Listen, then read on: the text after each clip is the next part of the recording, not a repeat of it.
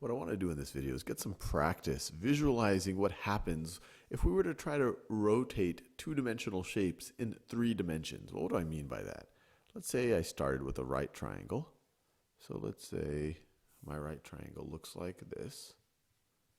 So let's say it looks like that right over there.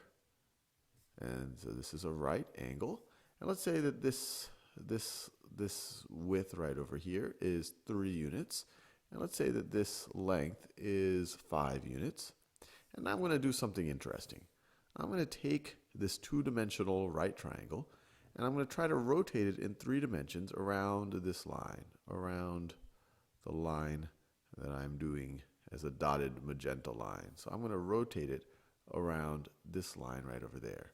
So if I were to rotate it around this line, what type of a shape am I going to get? And I encourage you, once again, it's going to be a 3-dimensional shape. I encourage you to think about it. Maybe take out a piece of paper, draw it, or just try to imagine it in your head. Well, to think about it in 3 dimensions, what I'm going to do is try to look at this thing in 3 dimensions. So let me draw this same line, but I'm going to draw it at an angle so we can visualize the whole thing in 3 dimensions. So imagine if this was sitting on the ground. So that's our magenta line. And then I can draw my triangle. So my triangle would look something like this. So it would look like this. So once again, this is 5 units, this is 3 units, this is a right triangle. I'm going to rotate it around the line. So what's it going to look like?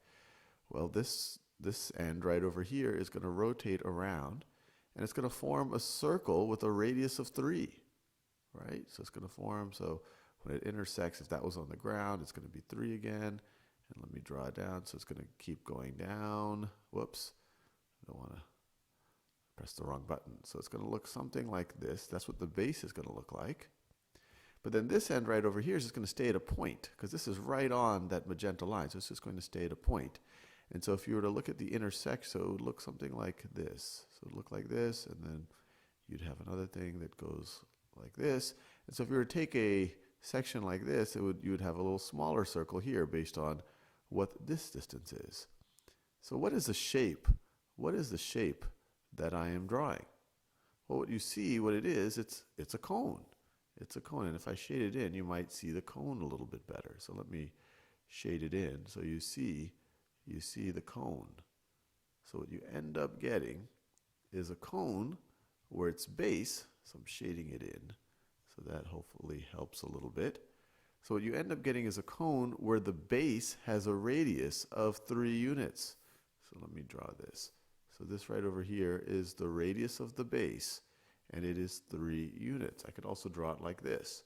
So the cone is going to look like this, and this is the tip of the cone, and it's going to look just like this. And once again, let me shade it a little bit so that you can appreciate that this is a 3-dimensional shape. So draw the cone so you can shade it. And we can even construct the original so that, well, or we can construct this original shape so you see how it constructs. So it makes this, the line, that magenta line is going to do this type of thing. It's going to go through the center of the base. It's going to go through the center of the base, just like that. And our original shape, our original right triangle, if you just took a cross section of it that included that line, you would have your original shape. Let me do this in orange. So the original shape is right over there. So what do you get? You get a cone where the radius of the base is 3 units. Interesting.